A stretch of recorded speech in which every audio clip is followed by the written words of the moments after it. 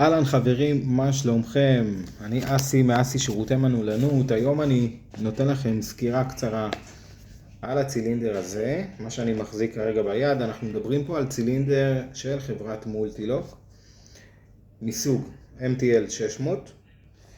הייתי רוצה דווקא להתעכב על האריזה, כי אנחנו מדברים פה בעצם על צילינדר מאוד טוב, מאוד איכותי, ושאפו ענק למולטילוק שלקחו צעד אחד קדימה את כל העניין של האריזה, והרבה יותר כיף ללקוח לקנות צילינדר באריזה כזאת מאשר האריזה הפלסטית הנפוצה. אם אנחנו ניכנס קצת יותר לעובי הקורה, בסוף אנחנו קונים צילינדר ולא קונים קופסה, אז אנחנו מדברים פה על צילינדר איכותי מאוד, שמגיע כמובן, זה הגיע באריזה עם כרטיס שכפול. זה הכרטיס השכפול. זה בעצם מה שמגיע במרבית הצילינדר פרימיום מהסוג הזה. באריזה מגיע 5 מפתחות.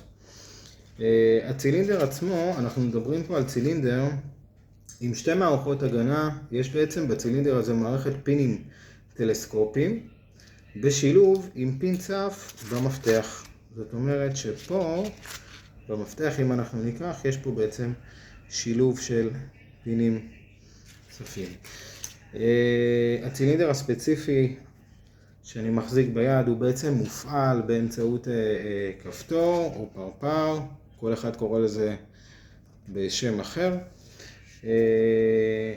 זה צילינדר שהוא ספציפית בחלוקה של 43-33, זאת אומרת שהצילינדר הזה הוא בגודל של 76, מתאים למרבית הדלתות הסטנדרטיות שנמצאות. כמובן שאפשר לקנות אותו במגוון גדלים, בהתאם כמובן לסוג הדלת.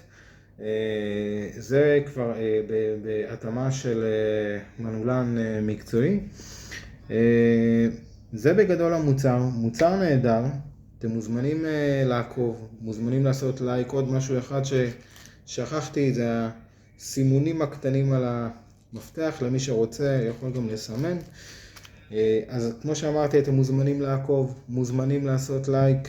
אפשר גם להיכנס לאתר בכל שאלה שיש לכם לגבי התקנה או כל שאלה אחרת. אני אשמח לעמוד לרשותכם ולעזור לכם. שמחתי לעזור לכם. אסי מאסי שירותי מנעולנות.